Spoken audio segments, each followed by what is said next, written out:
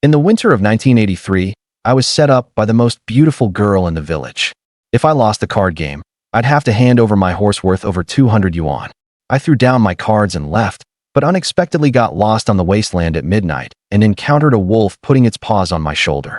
When I carried that wolf on my back and ran home for half the night, my eldest brother was standing at the door waiting for me. Seeing what was on my back, he directly grabbed a fire poker. I was reborn, and when I opened my eyes, I was back in the Saibei Meadow Camp in 1983. In front of me was a dirty adobe house. The 15-watt bulb above swayed like a ghost fire, and the whole room smelled of tobacco leaves and stinky feet, stinging my head. Before I could react, an arm sank into two soft things, steaming hot, fluffy big steamed buns, rubbing against me unceremoniously. Play your cards, Dahai. What are you staring at? Gagaga, you're definitely confused, but not because you lost. A bunch of men were joking without restraint, their laughter obscene like owls calling for mates. The girl called Chunner had flushed cheeks. Her lips were bright red, and she was almost hanging on me, her voice sweet. Brother Hai, you're lucky today. What are you afraid of? As long as you win Zhao Sanha's 3-room blue brick house, I'll marry you immediately, and we'll consummate tonight. The room exploded. Someone shouted that everyone present should get a share, and Chunner laughed and cursed back. My mind was still blank. A strange memory forced its way in. My name is Yang Dahai, 21 years old, parents died early, eldest brother separated from the family. I live alone in 2 shabby rooms, so poor that even mice avoid me. Just after the production team was disbanded, I got lucky and caught a valuable sandy chestnut horse. And within 2 days, someone had designs on it, setting up a game to bet big. I knew clearly in my heart that this was a trap set for me. That Chunner, it wasn't that she had a crush on me. She was clearly bait released by Zhao Sanha. I pulled my arm away, got off the Kong, put on my shoes, and said I wasn't playing anymore. Chunner's face turned pale, and she blocked my way, her eyes full of grievance. Under the dim light, she was indeed beautiful, with a waist and hips, a fragile beauty like glass. But I didn't dare look too long, afraid I couldn't control myself. Miss Chunner, please step aside. The room burst into laughter. I didn't care about the small bills on the table and almost fled. The door slammed shut, and cold wind, mixed with snow particles, hit me in the face. In October in northern Saibei, the Siberian wind was like a knife, and I shivered. In my previous life, I had lived in Sanya for decades. The warm wind had softened my bones, and I had never suffered like this. Who the hell sent me back 40 years with a pole? I roared at the sky, and dog barks from all directions echoed, a chorus of woofs. I shrank my neck, wiped my frozen red nose, pinched my face. It didn't hurt. My heart leaped with joy. Was I dreaming? But before I could be happy for 2 minutes, a numb and painful sensation spread. I had been frozen stiff. Despair surged in waves, and I kicked a stone at my feet. With too much force, I fell flat on the snow crust. My head buzzed from the fall, and at that moment, with a ding, a bright LCD panel appeared before my eyes. I reached out to touch it, but my hand went right through. A virtual image, appearing in my mind. I suppressed my pounding heart and looked carefully. Name, Yang Dahai. Age, 21. Luck, 1, normal people 50, stamina, 100, normal people 50, popularity, 10, normal people 50, skills, none. Reward items, none. Everything else was gray, too shabby to look at. I trembled with excitement. Isn't this a system? The chosen protagonist finally got to me. I called out to the system several times, but there was no response at all. This damn system is not only mute, but also stingy, not even a novice gift pack. I cursed and got up from the ground. The north wind howled. The sky was as dark as a pot bottom, and I couldn't see the road clearly. I headed home based on the newly received memory, but after walking for a while, something fell off. All around were waist-high feather grass, desolate and uninhabited. Damn, I took the wrong path. This place is at the junction of the Greater Shingon Mountains and the Inshan Mountains, with alpine grasslands connected to primeval forests and small lakes scattered like stars. In later generations, it would definitely be a 5-star scenic area. But now, it's a paradise for wild animals. Just as I was confused, a wolf howl came from afar. A woo! My hair stood on end, and goosebumps spread layer by layer. I quickly called for the system to save me, asking it to show me the way, give me a flashlight, or even say something. It was as quiet as death. Damn, better to rely on myself than on others. I stomped my foot and turned back.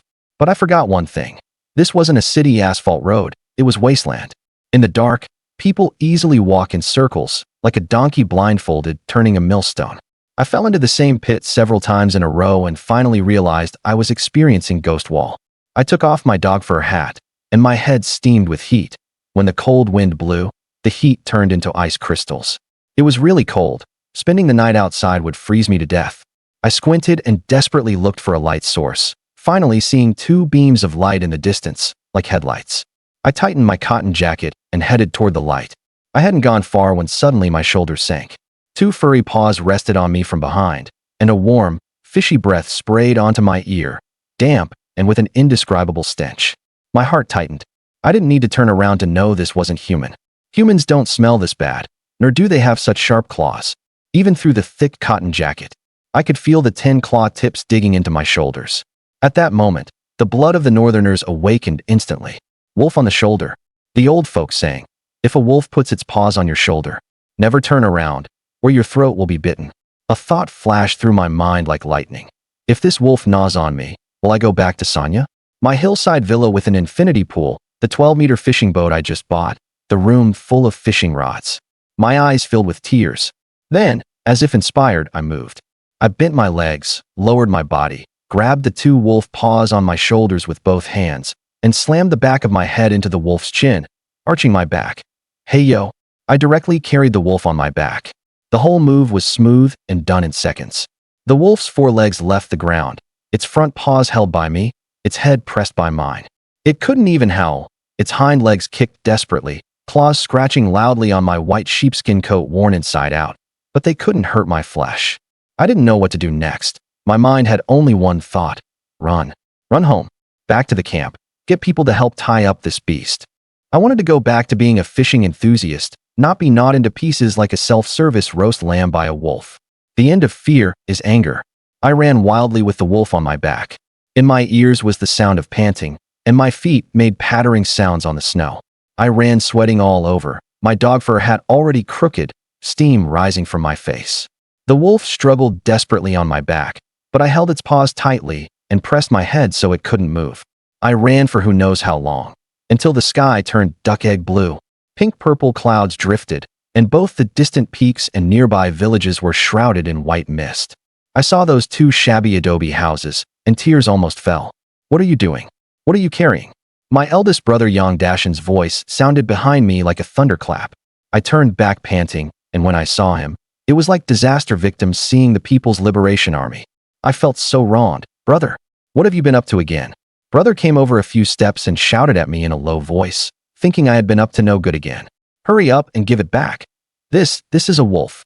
What I was carrying was indeed a large dark gray wolf, its fur glossy and sleek, its eyes glowing with a greenish light.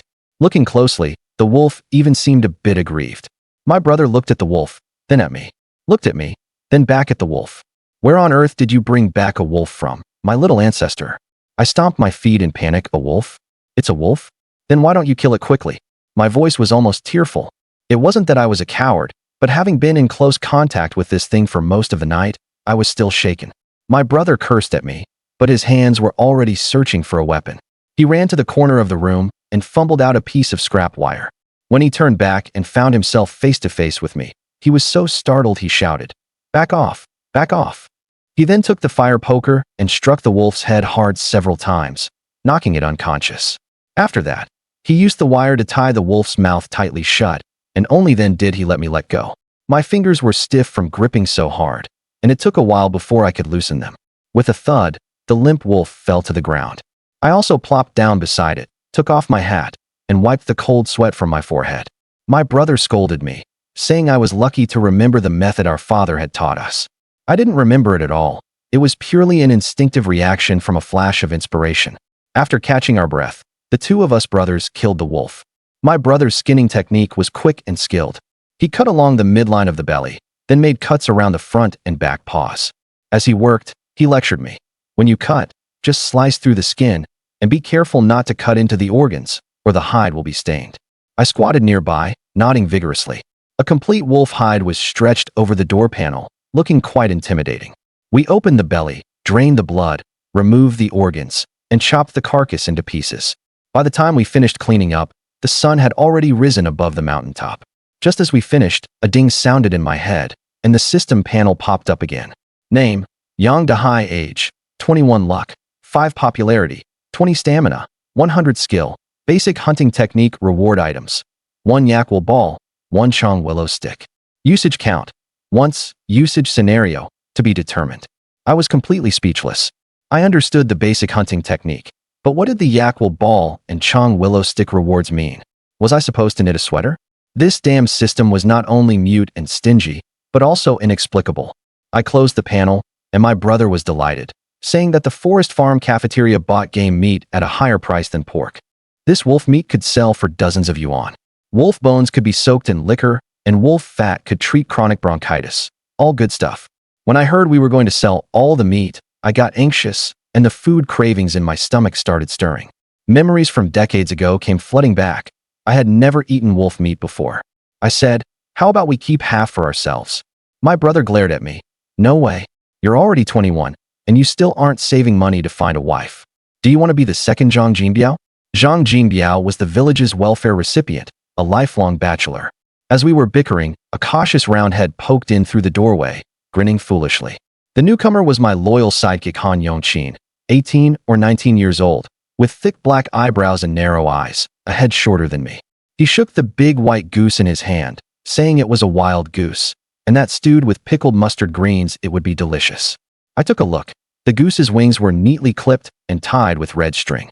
This was clearly someone's domesticated goose. I told him to hurry up and return it, and that today we were eating wolf meat. Akin still grinned foolishly, saying, "Brother, you said anything that comes into our hands is wild game." I shoved and pushed him out of the yard, but before we had taken 2 steps, the wooden door was slammed open by a group of people. "Yang Dahai, fuck your mother. Pa, bastard. You're a real piece of shit. Get the hell out here." A torrent of obscenities rained down on me, and my face instantly darkened. My brother's expression was equally grim. We were all from the same village, and if we let people curse us to our faces without responding, we'd be spineless cowards, not worth living. Han Yongqin was so scared he shrank his neck and hid the goose behind his back, thinking the owner had come looking for it. But I recognized the leader of the group, Zhang Renbao. That guy was probably standing up for Zhao Sanha. Since the gambling last night didn't happen, it ruined their setup, so they came looking for trouble at dawn. Before my brother could speak, I stepped forward, grabbed Zhang Renbao by the collar, and with a burst of strength, lifted him clean off the ground. Zhang Renbao's feet left the ground. His face turned red, the veins on his neck bulged, and his eyes bulged outward. He was still cursing incoherently, so I tightened my grip and stared coldly into his eyes. "Zhang Renbao, if you dare say one more filthy word to me, I'll cut out your tongue. You hear me?" My voice was low, carrying a murderous intent that seemed to emanate from my very bones. It was a complete contrast to when I was bickering with my brother just moments ago.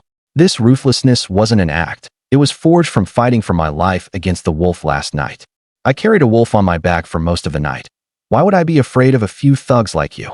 The moment I subdued Zhang Renbao, the troublemakers fell silent, as quiet as startled quails.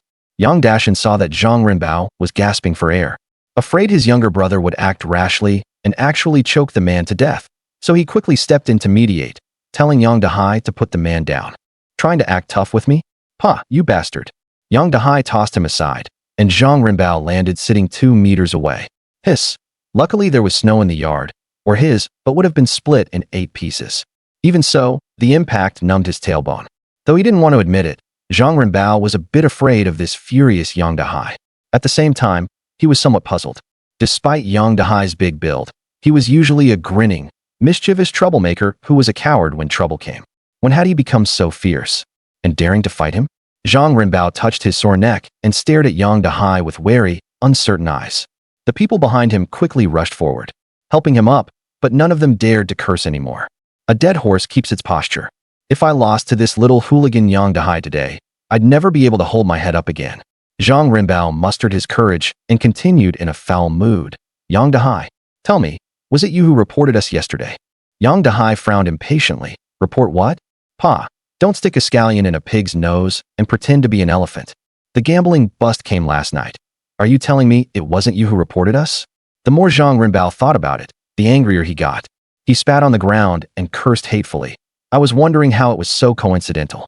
We were playing cards just fine, and you bastard, up and left without even taking your money. No sooner had you left than the police came to bust the gambling. Gambling bust. Yang Dahai had lived through that era, so of course he knew what a gambling bust meant. Usually in winter, people would play a few casual hands of cards or push dominoes. That was normal. But since the strict crackdown began in August, if anyone reported a gathering for gambling, the police would arrest the people and hold them for 10 days or so, confiscating all the gambling money. The person who reported it would also get a cash reward. Zhang Renbao thought I had reported them. The northeast wind howled through the yard, making the dilapidated fence around Yang Dahai's house rattle and moan. The people who came with Zhang Renbao also glared at Yang Dahai indignantly. At this point, they forgot their fear and started accusing him in a chorus. It must have been you. You're really a sneaky bastard. What good does this do you? Humph. Didn't the police say there's a reward for reporting? It's all for the money. The crowd was indignant, not looking like they were making trouble without cause. Yang Dashan hesitated for a moment too. Reporting for money. His younger brother might actually do that. But even if he did, he couldn't admit it. He was about to say a few words on his brother's behalf to calm everyone down and send them off, since they didn't have solid evidence that his brother had reported them. I said, folks. Before he could finish, Yang Dahai let out a cold laugh. Bullshit. The crowd was stunned. They really hadn't expected him to be so brazen in the face of such public anger. The key was that Yang Dahai's unyielding, intimidating presence actually made quite a few people shut their mouths. At the Yang family home, a house built of 3 rooms of rammed earth and logs. Although it looked shabby, it was kept quite clean. The fire in the room was blazing, and a spotless aluminum kettle was emitting wisps of steam. In the large stove nearby, a meal had just been cooked. The aroma of corn porridge filled the entire kitchen. Yang Dashan's wife, Sun Xiaofan, was sitting on the Kong in the inner room, patching worn socks for her son and daughter. She inserted a smooth, shiny wooden board into the sock, stretched the hole open, placed a piece of cloth over it, and threaded the needle. In a short while, the sock was mended with fine, close stitches. Sun Xiaofan carefully tucked the socks back under the children's mattress. The warm Kong would keep them warm, so they would be cozy when put on later. Her son and daughter were still asleep. These 2 children were at the age of growth, needing plenty of sleep. In the dead of winter, she never called them to get up early. 2 little heads were lined up on the edge of the Kong. The 2 children had rosy cheeks and even breathing, sleeping soundly. Woo-woo, a train whistle mixed with the sound of steam hissing. The water on the stove outside had boiled. Sun Xiaofan hurriedly took the kettle off the stove and poured hot water into the thermos. After filling 1.5 thermoses with hot water, she scooped another pot of cold water and put it on the stove. Crackling and popping, the pine kindling just thrown in was instantly ignited, and the flames in the stove eagerly rushed upward, making a whooshing sound. Sun Xiaofan looked up and glanced outside. In the yard, apart from the sound of the wind, there was no other sound at all. By this time, the head of the household should have already come back from collecting manure. Why hasn't he come home today? Just as she was wondering, she heard a burst of hurried footsteps outside the house. Hey, speak of the devil, and he shall appear. Sun Xiaofan patted the dust off her hands and went out with a smile. As soon as she opened the door, she saw her neighbor, Aunt Zhang San, rushing in breathlessly. Hey, Aunt San, what brings you here for a visit? Aunt Zhang San slapped her thigh, and puffs of white breath came out in bursts. Xiaofan, go and take a look quickly, they're fighting. Aunt Zhang San's words were confusing, and Sun Xiaofan's heart tightened. But then she thought, her husband was an honest and steady man, working diligently every day. He never gambles or messes around, let alone gets into fights with people. Who's fighting with whom? Who else could it be? Zhang Sanshinzi curled her lips, her eyes gleaming. It's that troublemaker of yours, Dahai. Because Zhang Sanshinzi's daughter had a crush on Yang Dahai, she usually had a grudge against him. Sun Xiaofan thought to herself, sure enough, it's the brother-in-law causing trouble again. Who's he fighting with? Did my Dahai get the short end of the stick? As she asked, she lifted the cotton door curtain and went to the Kong to grab a cotton-padded jacket, a cotton hat, and a scarf. Sun Xiaofan had to go check. Even if this brother-in-law was a handful, he was still her husband's younger brother, and she had watched him grow up. She couldn't let outsiders laugh at the Yang family. If you ask me, you're too kind-hearted. You should stay away from that troublemaker who's always stirring up trouble. Sun Xiaofan knew what Zhang Sanshinzi meant, but she refused to agree, only asking casually, where did my brother-in-law get into a fight? In his 2 shabby rooms. Sun Xiaofan gave Zhang Sanshinzi a deep look, said nothing more, and hurried out the door. Zhang Sanshinzi stood in the wind, feeling inexplicably uneasy from Sun Xiaofan's glance. I didn't say anything wrong, she muttered, then raised her voice. Hey, Xiaofan, wait for me. No harm in watching a bit of excitement. You say I reported you to the police. What evidence do you have? Without evidence, you're framing an innocent man. I'll go to the police and report you. Yang Dahai said, hands behind his back, his face devoid of any smile, colder than the snow in the yard. Zhang Renbao said indignantly, if not you, then who? Everyone who was playing cards that day was there, and you were the only one who left early. Buffed, you're all a bunch of blockheads. Yang Dahai cursed and asked Zhang Renbao, let me ask you, how far is it from our Tsaudian camp to the township? Huh, why are you asking that? A quick-tongued person nearby immediately replied, over 60 li. What's up? Huh, so you know it's over 60 li. From the time I left to when the police comrades came to bust the gambling. According to you, it wasn't even an hour. I ask you, you water-brained lot, can I do a somersault cloud? One somersault, and I'm 108,000 li away. Uffed. Someone in the crowd was amused by Yang Dahai. Damn, you little brat. I'm cursing you, and you're laughing. Shut up, keep quiet. Zhang Renbao's mind had calmed down a bit by now. Yeah, it was over 60 li from their place to the township, and it wasn't a flat road either. You had to go up and down mountain paths. Not to mention at night. Even in the daytime on a bicycle, you couldn't make a round trip in an hour. Knowing he might have wrongly accused someone, he rolled his eyes and said, who said you reported it last night? Maybe you reported it earlier and had them lying in wait at that time. Yang Dahai was so angry he laughed. Zhang Renbao, did the police confiscate your brain too? Was yesterday's gambling game my idea? Didn't you all drag me into it by force? Yang Dashan's face darkened when he heard his brother's words. If anyone drags my Dahai into gambling and mischief again, I won't be polite. What exactly not polite meant, Yang Dashan couldn't think of at the moment. The crowd mulled over Yang Dahai's words and felt there was some truth to them. But besides Yang Dahai, no one else really had any suspicion of reporting them. As everyone was thinking, Yang Dahai hurried back into the house and brought out the bloody wolf skin that was stretched on the door panel. Open your eyes and look. I left Chunner's house last night and went straight to hunt wolves. Whoa. Hiss. The crowd gasped. This, hunting wolves at night? That's something new. Upon closer inspection, the freshness of the skin indeed didn't seem like old stock. Yang Dahai touched his nose guiltily. He would never admit that he got lost, and a wolf put its paw on his shoulder. And then he ran wildly for half the night carrying the wolf on his back. Embarrassing, too embarrassing. Wolves usually travel in packs. And wolves are known as fierce beasts. When they come into the village to attack livestock, if they encounter a lone person, they won't hesitate to eat them. When hunters deal with wolves, besides their hunting rifles, they usually need hunting dogs to cooperate. Especially in winter, when food is scarce in the wild, wolves are hungry with blue eyes and are even more ferocious. Yang Dahai never touched a gun, nor did he like to go into the deep forest. It was said that when he was a child, he was almost licked on the butt by a black bear, and he was scared. So how, out of the blue, did he hunt a wolf with his bare hands? Someone picked up the wolf skin and looked at it over and over, with a mix of envy and jealousy on his face, muttering repeatedly, Hey, this hide is great. Not a single scratch. Huh, really? Dahai shot it through the eye? They thought Yang Dahai shot the wolf through the eye with a bullet, killing it instantly. This is not just good marksmanship. This is the skill of hitting a target 100 paces away. And he did it at night. Everyone marveled, and Han Yongqin looked at Yang Dahai with admiration. Yang Dashan's expression was strange, his lips moved, but in the end he said nothing. Yang Dahai straightened his back and showed no discomfort at all in the face of everyone's flattery. Of course, at this moment, he didn't know how quickly the events of this morning would spread throughout the township. With the wolf skin as evidence, Zhang Renbao had nothing to say. He dejectedly called to the people behind him and turned to leave. Wait. Zhang Renbao frowned tightly and turned back with hostility. What? You want us to apologize? Forget the apology. I don't need you to kowtow to me. Yang Dahai, with a half-smile, first scanned the crowd, then slowly said, I just have one thing I don't understand. What? Wasn't it you who set this up yesterday? It was also at your place, so why didn't the police who came to bust the gambling den take you away? Or are you the one crying thief?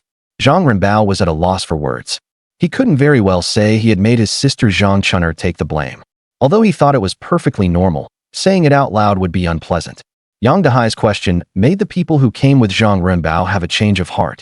If Yang Dahai had no motive or ability to collude with the police to set up a trap, Zhang Renbao had the perfect opportunity. With that thought, everyone's looks at Zhang Renbao turned hostile. Zhang Renbao was inwardly complaining bitterly. Every winter, He made a good amount of money by running a gambling den at home.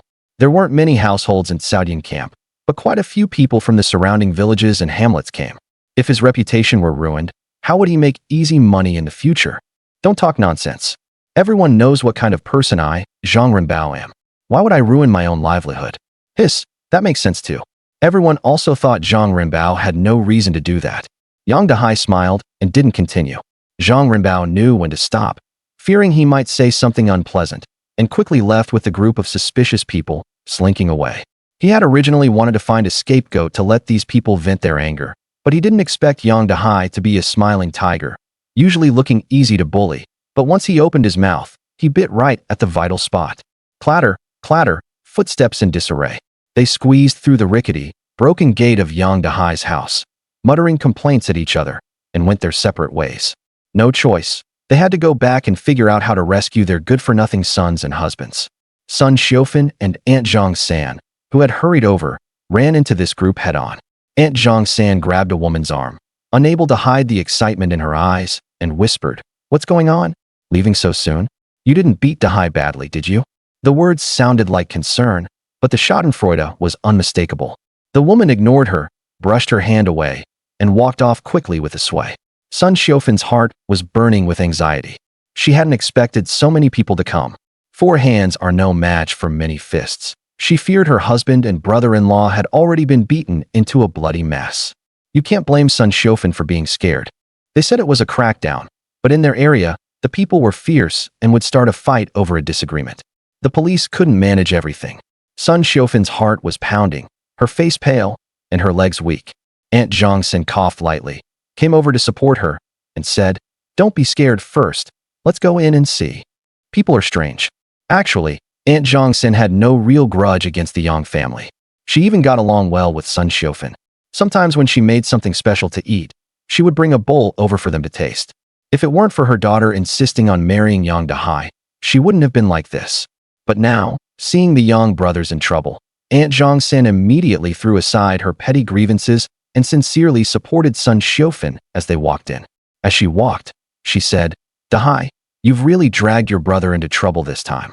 You should live a steady life from now on, don't." Before she could finish, she was like an old hen with its neck wrung, letting out a squawk and going silent. She rubbed her eyes. Was she seeing right?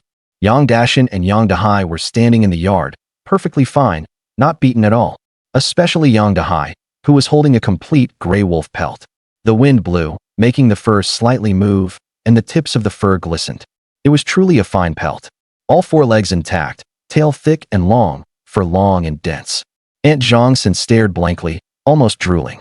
September for foxes, October for wolves. To get good pelts from wild animals, you had to wait until winter.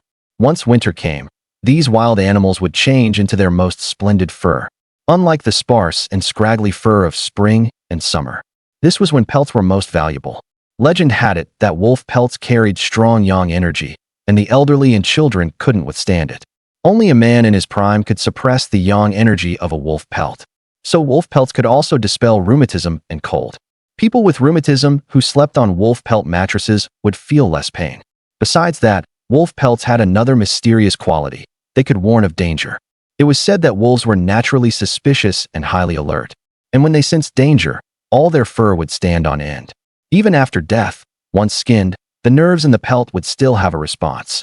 Of course, the most important thing was that a complete, fine wolf pelt could sell for 200 to 300 yuan.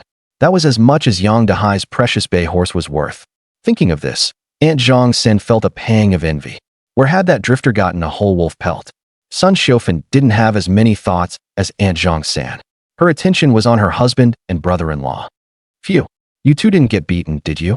She pulled her husband over, checked him from head to toe, and seeing he was indeed unhurt, asked, "So what exactly happened?" "Just now, those people were furious, their faces black as burnt potatoes." Uft. Yang Dahai was amused by her. "Sister-in-law, you have a way with words." Yang Dashan told Sun Xiaofan the whole story in a low voice. After hearing it, she exclaimed, "Heavens!" Then she walked over to Yang Dahai and gave him a loud slap on the back. "I'll smack you, you little brat. I told you to stop being so reckless. If that wolf had ripped out your heart and lungs, how would I and your brother explain to our parents?" Not satisfied, she slapped Yang Dahai several more times. Even a woman who did heavy labor every day didn't have much strength. Young Dahai didn't move, but felt a warmth in his heart. To be honest, in his previous life, he had money, but he was estranged from his family. His parents died early. He had little contact with his siblings, his wife divorced him, and his children weren't close to him. Apart from going fishing at sea, he had no other hobbies. Although Sun Xiofan was scolding and hitting him, he could feel the genuine affection in it. Sister-in-law, I was wrong. I was wrong, okay. Seeing Akin's face red from holding and laughter, and Aunt Zhongsan's happy expression with her loofah-like face, Yang Dahai felt it was time to make his sister-in-law stop. Brother, talk to sister-in-law. He looked at Yang Dashan with pleading eyes. Yang Dashan couldn't help but laugh, went over and pulled his wife over. All right. This little brat is sensible enough not to fall for their trap. And he even killed a wolf. Selling the pelt and meat will fetch a few hundred. Sun Xiufan's chest heaved slightly as she caught her breath and said, The blessed don't need to rush. The unblessed run their legs off. Zhao Sanhe wanted to trap Dahai. What a wishful dream. Aunt Zhongsan listened with relish and chimed in. Xiufan, why are you angry? Zhang Chun'er is pretty, you know. Although her reputation is a bit, well, but when marrying a wife, as long as she can cook and bear children, that's enough. Sun Xiufan was truly angry now and said coldly, Aunt San, then why don't you have your Daju send some good food to Zhang Chun'er? Why aren't you willing to have her as your daughter-in-law? Who wants that piece of trash? She slept with countless men all winter. Aunt Zhongsan pursed her lips. She was thinking that if she could pair Zhang Chun'er with Yang Dahai, then her own troublesome daughter and son could settle down and find partners properly. Kill two birds with one stone. You know that too. Sun Xiufan's face was red with anger. She picked up a broom without bristles and swept the ground at Aunt Zhongsan's feet. That was a sign to leave. Considering their past friendship, Sun Xiufan didn't curse. Aunt Zhongsan hopped out, muttering, Why are you angry? He's not your son. Hurry up and get rid of him, so there won't be any trouble later. Shut your mouth. Didn't you brush your teeth this morning? You're spewing filth. No matter how bad our Dahai is, he's still better than your Daju. Zhang Chun'er is always chasing after our Dahai, hanging around him all day. Your Daju can't even get a fart from Zhang Chun'er with all his good food and drink. And your little Chuyer, you better keep a close eye on her from now on. Sun Xiufan couldn't take it anymore. She threw down the broom, put her hands on her hips, and let loose a barrage of words. Some bystanders were watching the fun, whispering and laughing, pointing and gesturing. Zhang Sanshin's old loofah-like face turned bright red, and she hurried home with a wiggle. From now on, we're done. Sun Xiufan added, shouting at Zhang Sanshin's retreating back. That was cutting off all ties. Yang Dashan remained calm and didn't take his wife's words to heart. Although his wife spoke harshly, that was just her temper. The women in the family have their ups and downs, but it's not a complete falling out. After a couple of days when the anger cools down, they'll find an excuse and make up. That's what Yang Dashan thought, but Yang Dahai didn't see it that way. He was so moved that he felt like his mom had opened the door for him, moved to the core. This was a true sister-in-law. With his emotions running high, Yang Dahai pounded his chest and declared loudly, Sister-in-law, use this wolf skin as a mattress for you and my brother, and we'll stew the wolf meat. What? Like a thunderbolt from a clear sky, Sun Xiufan exploded. You lazy little brat. You really don't know how to live. You're willing to let me and your brother use such good wolf skin. And as for the meat, you're not allowed to touch a single piece. Sell it all, or how else will you get a wife? Yang Dahai immediately backed down, and Yang Dashan laughed heartily beside him. Even Han Yongqin, who had been eager to get a taste of the wolf meat, wilted. Well, I'd better quietly eat this wild goose I caught myself. I haven't had any meat for days, and my mouth is about to go bland. Not to mention Han Yongqin's little scheme, but because of Sun Xiufan's words, Yang Dahai made up his mind. He would acknowledge this elder brother and sister-in-law for life. Yang Dahai was a man of deep emotion and loyalty. In his previous life, he loved making friends and never hesitated to share food and drink.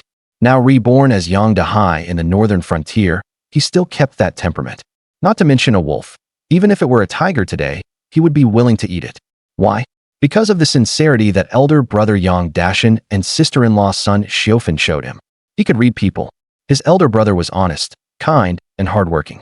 His sister-in-law, though a bit reckless, was genuinely devoted to her brother-in-law, which was rare.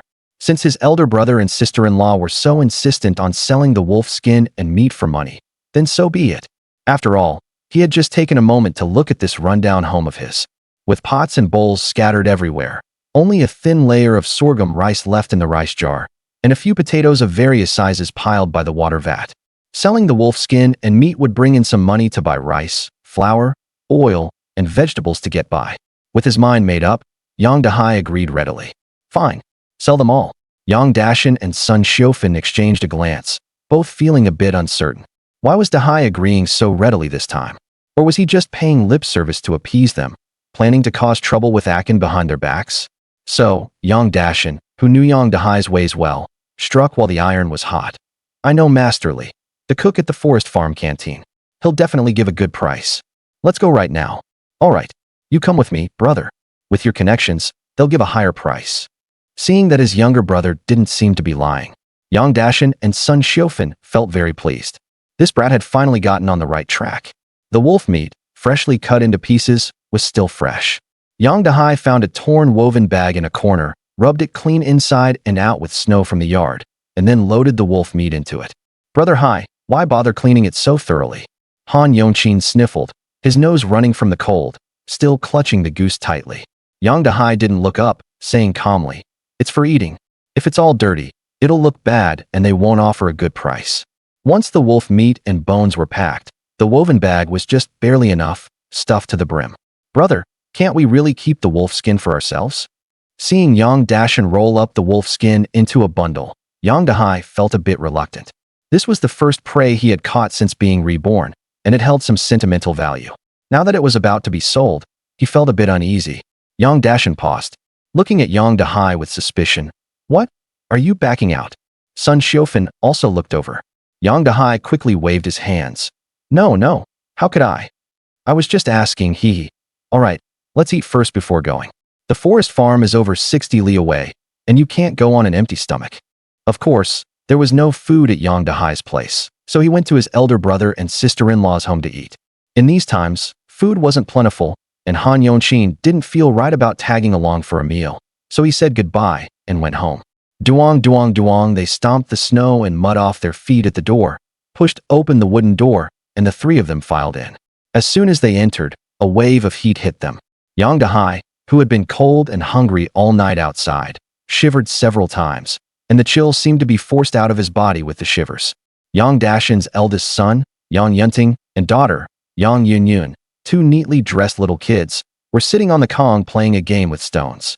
The bedding on the Kong had been folded up, stacked on the Kong cabinet, though a bit crooked and not very tidy. Yang Yunting was 9 this year, just starting first grade, and Yang Yunyun was 4 years younger, not yet old enough for kindergarten. Both kids were clean and cute, with round faces, big eyes, and fluttering eyelashes. They looked adorable. Maybe it was psychological, but Yang Dahai always felt these two kids looked a bit like his children from his previous life. Dad, Mom, you're back. My sister and I are hungry. We each had a roasted potato just now. Yang Yunting stopped what he was doing, and when he saw Yang Dahai come in last, he got excited. Uncle, why are you here? Yang Dahai warmed his hands over the stove, then went into the inner room and lifted Yang Yunting high in the air. What? Not happy to see your uncle. Haha, welcome. Welcome. Very welcome. Yang Yunting felt like his head was about to touch the ceiling, and he could clearly see the small print on the newspaper pasted on the ceiling. I want to be lifted high too. I want to be lifted high too. Little Yang Yunyun threw the stones in her hand onto the Kong and hopped around, asking her uncle to lift her. All right, uncle will take you on a plane ride. Putting down the still eager Yang Yunting, Yang Dahai scooped up Yang Yunyun, wrapped his strong arms firmly around the little girl, and spun her around in the air. Giggle, giggle, Yang Yunyun laughed nonstop, her laughter like silver bells filling the room. Yang Dashin and his wife, who were uncovering the pot in the kitchen, couldn't help but smile. This Dahai, already 21, still had a childlike nature and loved playing with the kids. But he was truly good to his little nephew and niece, never forgetting them when he had something good to eat or drink. Yang Dashin placed the square red pine Kong table in the middle of the Kong and called to his brother and daughter. All right, stop playing. Let's eat first. Sun Xiofan pushed aside the door curtain with her back, turned around, and came in carrying a shallow basket made of sorghum stalks. The basket was full of red sorghum flour pancakes, which, probably due to constant steaming, had many cracks on the surface. Yunyun, your uncle has been tired all night. Come down now. What did uncle do? Yang Yunyun was a bit afraid of her mother. Reluctantly, he got down from Yang Dahai's arms and asked in a childish voice, Uncle, What did you do? Yang Dahai sat down on the Kong with a smug look, holding Yang Yunyun in his arms and carrying Yang Yunting on his back. Really, uncle, did you really kill a wolf? Did you kill it yourself? Yang Yunting's eyes lit up. Eat first, we'll talk while eating. Sun Xiofan served 5 steaming bowls of corn grits porridge and placed them on the table. Breakfast was simple: red sorghum pancakes with pickled vegetable strips and a bowl of corn grits porridge for each person. Yang Yunting and Yang Yunyun shared a small bowl of golden egg custard. Yang Dahai ate and talked at the same time, doing 2 things at once without missing a beat. He was naturally articulate, and having read so many novels in his previous life, he told the story of killing the wolf with vivid detail, making himself out to be a hero. Not only were Yang Yunting and Yang Yunyun captivated, even his sister-in-law Sun Xiofan was startled and amazed. The system in Yang Dahai's mind kept making a ding-dong sound, reminding him that his popularity value increased by 1, then another 1, and another 1. During a break from drinking porridge, he checked the system and was surprised to find that in just 2 days, his popularity value had reached 55. Among those present, the calmest was Yang Dashan. He had seen his brother scared out of his wits. Forget it. He wouldn't expose his brother's secret this time. After all, a man grown up needs face. After the meal, the sun was already high. Yang Dashan and Yang Dahai didn't dawdle. Each mounted a horse, draped the wolf meat and pelt over the horse, and headed to the forest farm through wind and snow. The horse Yang Dashan's family got was an old mare, Ku, 4th tone, female. Although it wasn't as sturdy and well-fed as Yang Dahai's chestnut horse, it had rich experience walking mountain and snow paths. As the saying goes, an old horse knows the way. Giddy up, giddy up. The 2 horses were only a dozen meters apart, darting quickly through the forest. The cold wind was strong, and the snow on the windward path was blown thinner, with horse hoof prints and human footprints intermingled, chaotic yet orderly. The tall red pines beside the path were covered with white snow, their branches weighed down by the thick snow. At the slightest movement, the snow fell in a flurry. Yang Dahai breathed in the fine snow particles, feeling a cool and refreshing sensation that penetrated his heart and lungs. In the distance, the vast mountains were like silver snakes dancing, and the highlands like wax elephants running, quiet and mysterious. Oh! The excited shout shook the forest, startling several gray birds into flight nearby. Whoa! Yang Dashan, riding ahead, reined in his horse, and the old mare slowed down. He turned to look at his brother and asked loudly, "What's wrong?" "Nothing. Just felt like shouting." Yang Dahai's eyes sparkled, his face red from the cold. When he spoke, a white puff of breath came out. "It's so beautiful. This place is incredibly beautiful." "Crazy." Yang Dashan laughed and scolded, seeing his brother was fine, then nudged the horse's belly with his heels, and the old mare, receiving the owner's command, quickened its pace again.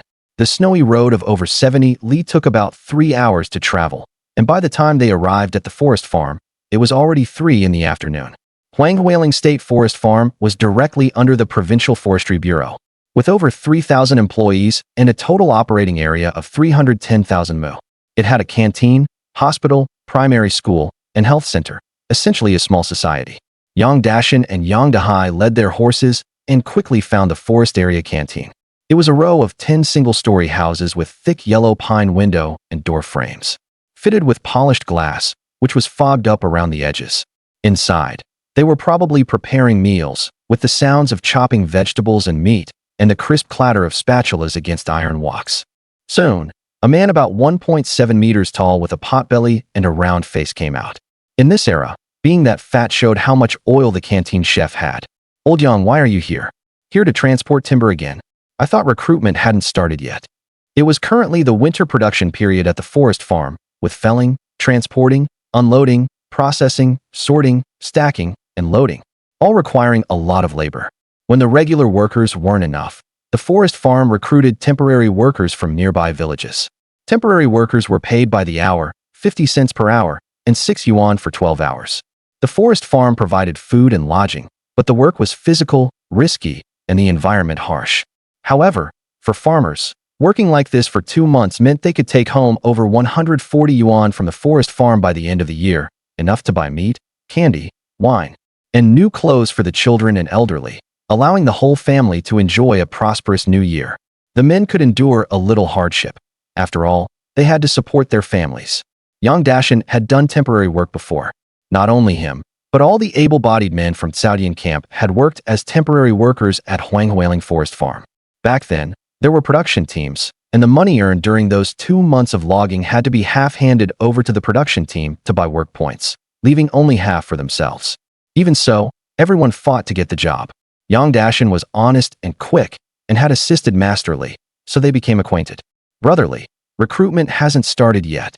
Yang Dashan smiled like a blooming chrysanthemum. He had been keeping an eye on this matter. Then what are you here for? Well, it's my brother, he killed a wolf, and I thought of you, Brotherly. I wanted to ask if the forest farm canteen buys wolf meat. Hearing this, Master Li's small eyes, which were slightly squinted due to his plump face, lit up. Yes, of course we buy.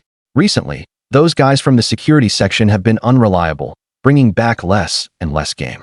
Just now, Director Qian wants to entertain guests and specifically asked for a game dish. I was worried about where to find so many kinds of game meat. Yang Dashan was overjoyed, and Yang Dahai was also happy. They opened the woven bag, and Master Li inspected the quality of the wolf meat. Not bad, quite fresh. Of course, it was killed this morning. I'll take all of it. How about 1.5 yuan per gene? At that time, pork was about 1 yuan per gene, so selling wolf meat at 1.5 yuan per gene was acceptable. Okay, deal. Yang Dahai gritted his teeth and agreed, mainly because he had just been reborn and wasn't familiar with the market for game. Since his brother had brought him here and Master Li had offered a fair price, he couldn't be indecisive, lest he cause his brother to lose face over a few cents. Seeing that the Yang brothers didn't haggle, Master Li was pleased. And when weighing, he was a bit generous. It's 72 jin and 3 liang in total. How about I give you 108 yuan? Okay. Yang Dashan, with his hands tucked in his sleeves, had already calculated the price and nodded immediately upon hearing 108 yuan. Although Master Li had rounded down the 3 liang, the 72 jin and 3 liang included the bones. They got a great deal.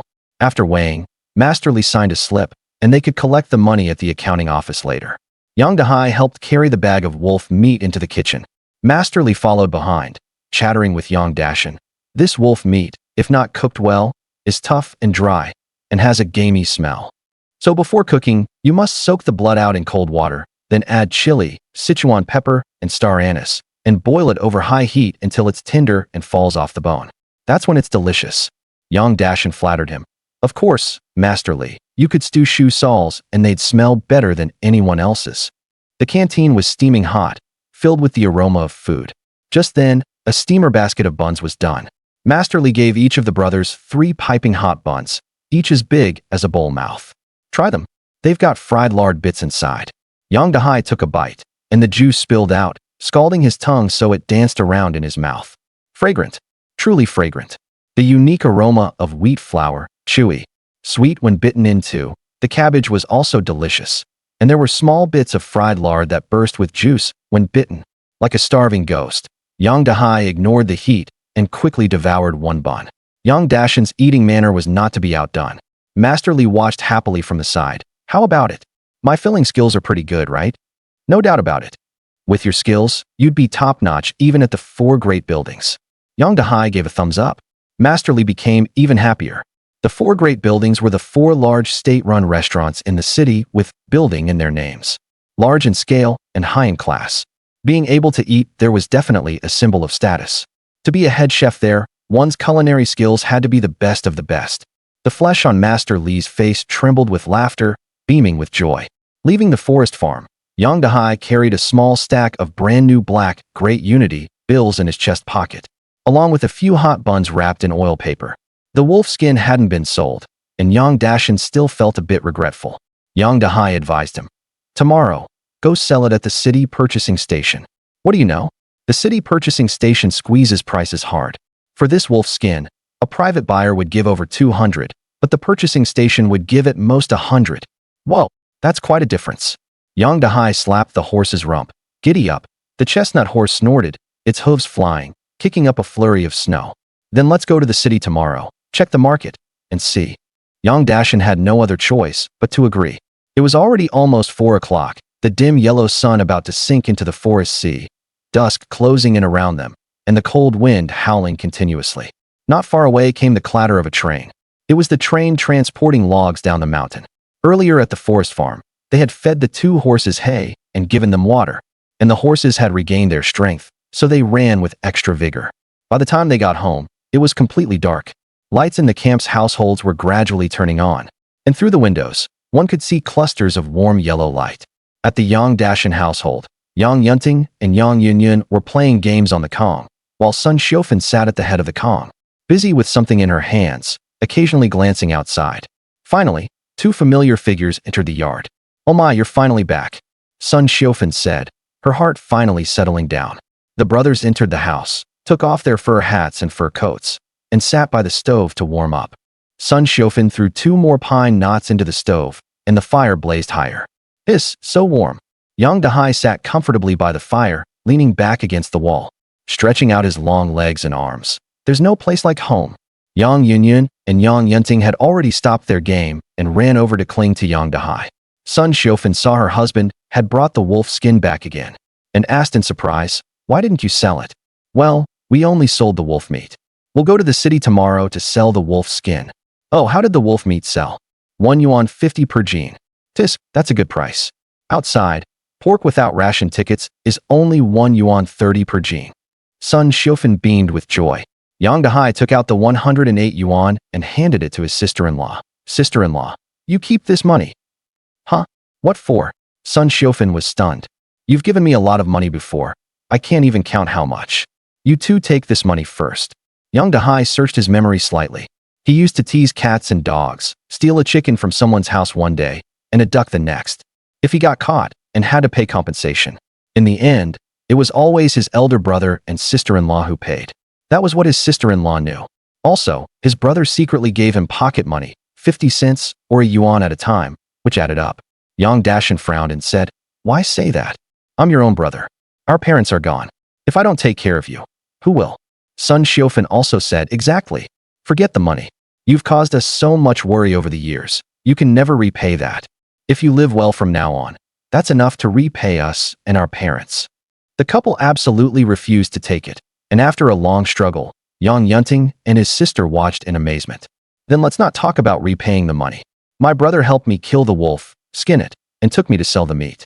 Let's split this money 50-50. Yang Dahai had no other choice, so he stopped mentioning repaying the money.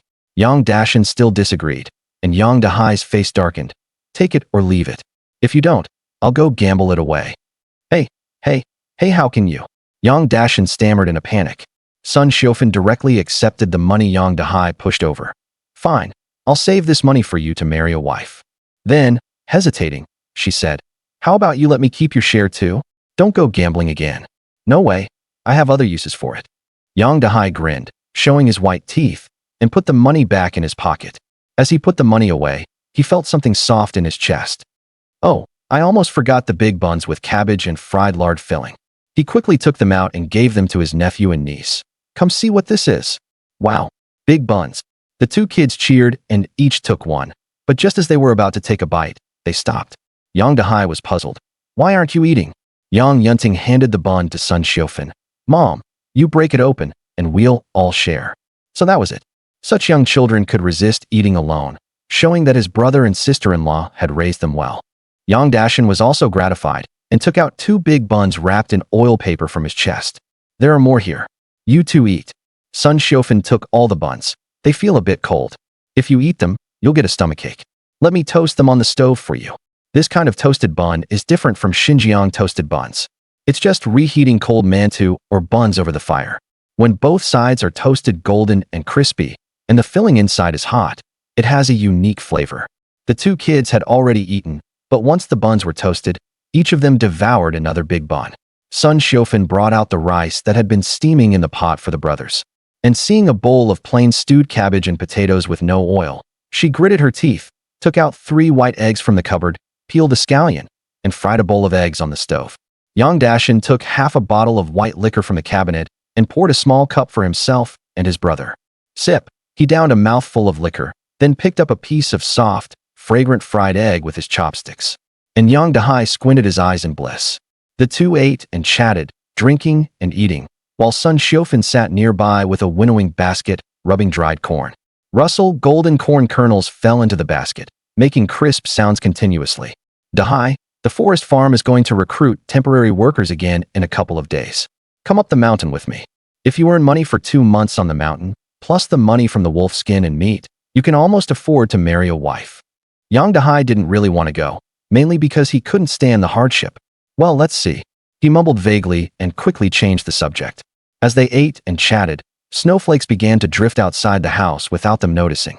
After eating and drinking their fill, and playing a game of knucklebones with the kids, Young Dahai got ready to go home and sleep.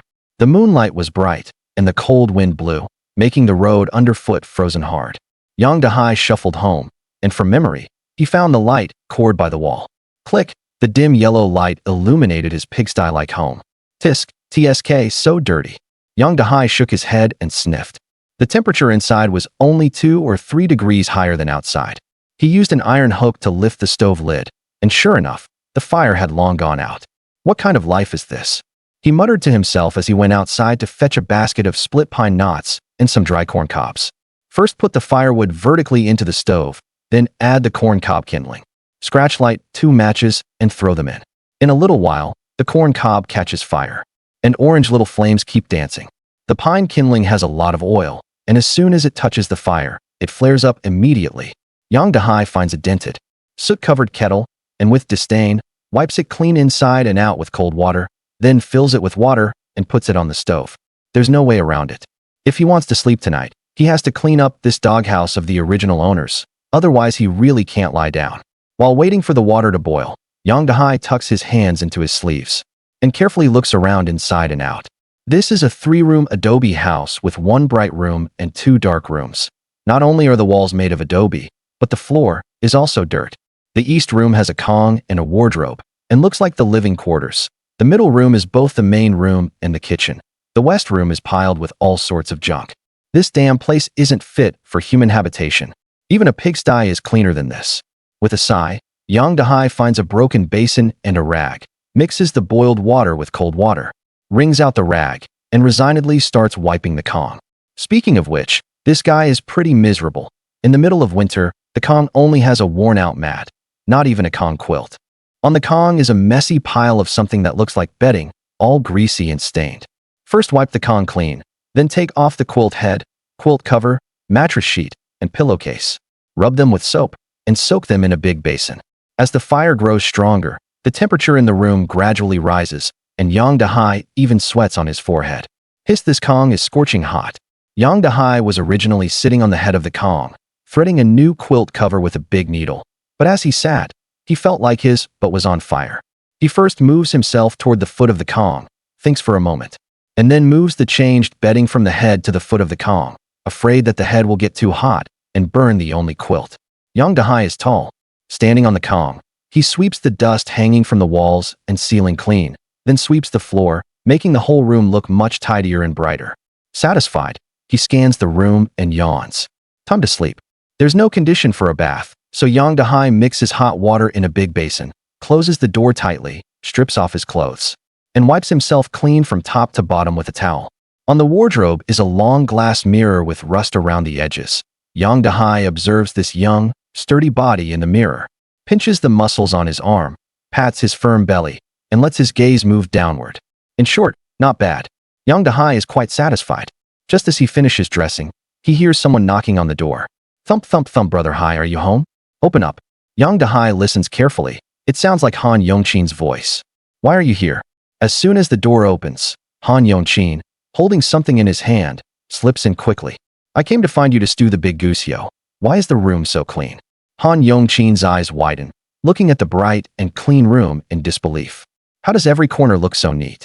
Young Dahai frowns. Didn't I tell you to return the goose? Han Yongqin is unhappy. He really did intend to return the goose this morning. But just as he carried the woven bag to Zhang's front gate, he ran head-on into the gloomy-faced Zuodipo. Of course, Zuodipo is the nickname Han Yongqin secretly gave her. Her real name is Luaihua, the mother of Zhang Renbao and Zhang Chun'er. She's in her 40s and still has some charm. You little brat, always stealing chickens and dogs and never learning anything good. What are you doing with a big bag at my house today? Are you trying to steal my chickens, ducks, and geese? We lost a big goose yesterday. Did you steal it? That goose was indeed stolen by Han Yongqin. It's now in the woven bag on his back. But when Zuodipo Luihua started cursing like that, Han Yongqin got upset. Who stole your chickens, ducks, and geese? Which eye of yours saw that? After retorting, Han Yongqin turned and left. There's no way to return the goose now. Even if he returned it, he wouldn't get any thanks and would just get into trouble. Brother Hai, let's do it. That woman is always up to no good, and she's taken a lot of money from my dad's pocket. It's only right for us to eat her goose. Hey, there's a story here. Yang Dahai looks at Han Yongqin. Okay. Anyway, I left quite a bit of money at her place yesterday, so let's just consider it payment for the goose. The two brothers get to work. Just then, the water on the stove boils. They pour hot water over the goose. Pluck the white feathers, chop it into pieces with a few swift blows of the knife, blanch it in cold water, skim off the foam, then heat oil in the pan, stir-fry scallions, ginger, and garlic until fragrant, and add soy sauce for color. Sizzle, pour in hot water, and let it simmer on high heat. Brother, your soy sauce is almost gone. Remember to buy some more. Han Yongqin puts the nearly empty soy sauce bottle back on the cabinet and says to Yang Dahai, in those days, there were no bottled soy sauce or vinegar. You'd buy them in bulk from the small shop after finishing. The small shop always had two big vats, one for soy sauce and one for vinegar.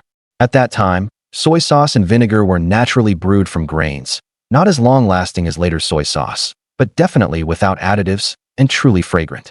When someone came to buy soy sauce or vinegar, the empty bottle was first weighed on the scale, then a red plastic funnel was placed at the bottle mouth, and a white iron ladle was used to scoop soy sauce and vinegar from the big vat. You buy as much as you need. In the past, to describe a child growing up, people would say, look, that kid can already buy soy sauce. After reminding Yang Dahai, Han Yongqin, as if at home, finds a small jar and takes out two yellowish mustard tuber heads. Yang Dahai leans in to look. Half a jar of salty water has a layer of white mold floating on top. Bu third tone. Mold. Can this still be eaten? Why not? Mustard tuber stewed with goose tastes great. Han Yongqin chops quickly, cuts the mustard tuber into small pieces, rinses them in cold water to reduce saltiness, and throws them all into the iron pot. Gurgle, white steam rises, and soon the aroma wafts out, straight into their nostrils. So fragrant it'd be best to steam some cornbread and dip it in the soup. The two exchange a glance and act immediately, but after searching for a while, they can't find any white flour or cornmeal. In the dead of night, the cold wind howls outside like wolves, while inside the room is steaming, misty, and fragrant. The iron pot stewed goose is thick and sticky. When you eat it, you could swallow your tongue. Even though they regret not having cornbread, the two still eat until their mouths are greasy. Han Yongqin sucks the oil off his fingers, looking unsatisfied, and sighs. Damn, that's delicious. Yang Dahai also thinks it's tasty, but he frowns and kicks Han Yongqin. Don't suck your fingers, that's disgusting. I'm sucking my left hand. I use my right hand to wipe my butt. Yuck, shut up.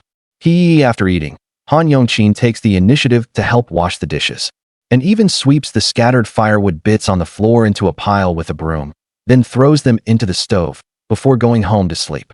Actually, he had planned to crash at Yang Dahai's place for the night, but Yang Dahai kicked him in the butt, bolted the door, and kicked him out. Brother, want to go to the town tomorrow? Han Yongqin stretches his neck and shouts through the window. We'll talk tomorrow. Go home and sleep now. Got it? The cold wind whistles down his neck, but Han Yongqin just ate the goose, so his whole body is warm, and he doesn't mind the wind. Humming a tune, he walked quickly home. All was quiet. Yang Dahai drew the curtains, locked the doors and windows, and only then started to study the system. With a flick of his head, a blue light flashed, and a liquid crystal panel appeared in midair. Name: Yang Dahai. Age: 21. Luck: 5. Average person: 50. Stamina: 100. Average person: 50. Popularity: 55. Average person: 50. Skill: basic hunting. Reward items: 1 Yakwal ball, 1 Chong willow stick. Usage count: once. Usage scenario: to be determined. Compared to last time, his popularity had greatly increased. Yang Dahai felt a sense of understanding, and he reached out his finger, trying to tap a not-so-obvious button in the upper right corner of the page. Sure enough, an explanation box popped up. The host can gain luck and stamina by hunting in the wild. The higher the luck, the better the host's fortune. The higher the stamina, the better the host's physical fitness. The host can conquer others with their hunting prowess to earn popularity. Every 1,000 popularity points allows 1 lottery draw in the system. The system will randomly reward the host with related skills and items based on the rarity and value of the species unlocked by the host's hunting. Young Dahai roughly understood the system's nature. What hunting prowess? It's just showing off. He had accidentally killed a wolf, shocking his elder brother, sister-in-law, nephew, and niece, as well as Aunt Zhang San and Zhang Renbao, so his popularity kept rising rapidly. Popularity could also be used for lottery draws, but his popularity wasn't enough for 1,000. So he couldn't experience the lottery yet. After studying the system, Yang Dahai sighed at his luck, which was far below that of an ordinary person. No wonder he was unlucky enough to encounter a wolf tapping his shoulder. But as the saying goes, fortune and misfortune are interdependent. He had also gained the basic hunting skill thanks to that wolf. Basic hunting, as the name suggests, involves some relatively simple knowledge and skills about hunting. Yang Dahai's mind kept flashing with knowledge about hunting that he had never known before, and he gradually fell asleep. The next day, Yang Dahai woke up and lifted a corner of the curtain. It was bright outside.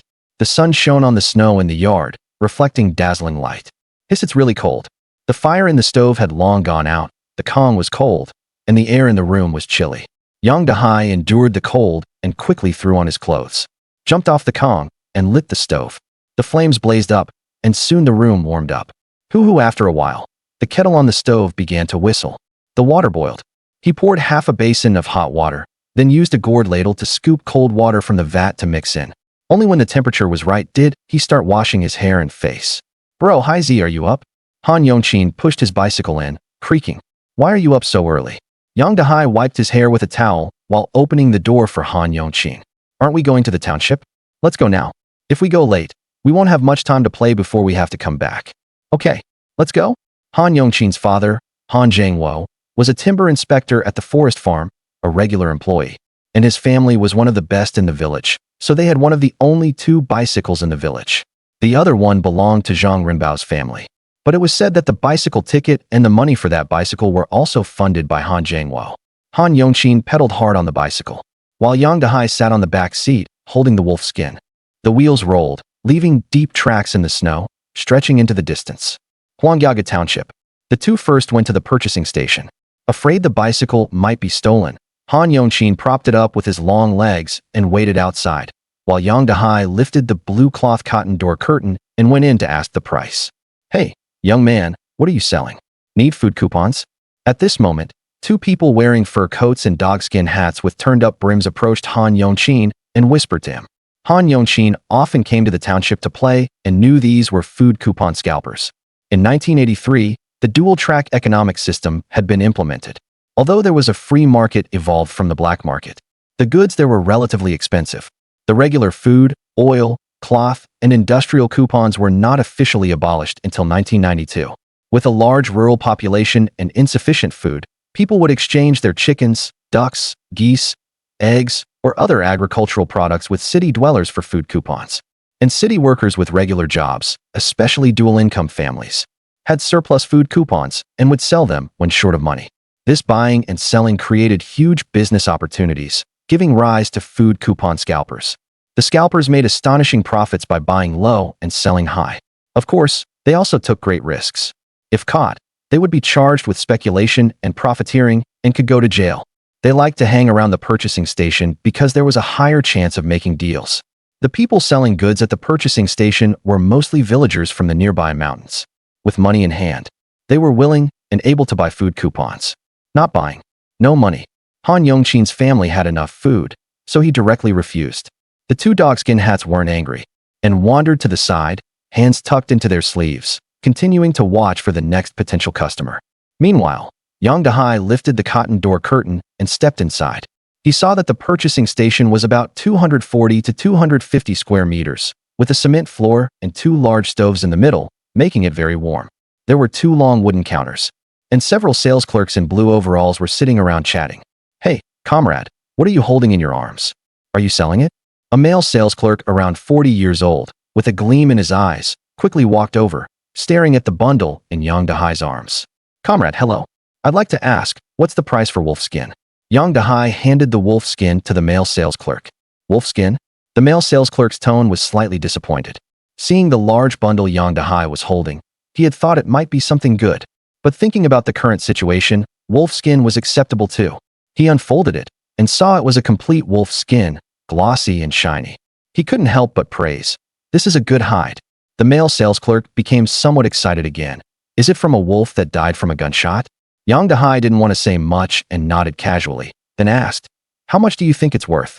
The male sales clerk pondered for a moment, thinking about the task assigned by the city, and gritted his teeth. In the past, this hide would have been worth at most 100+ yuan.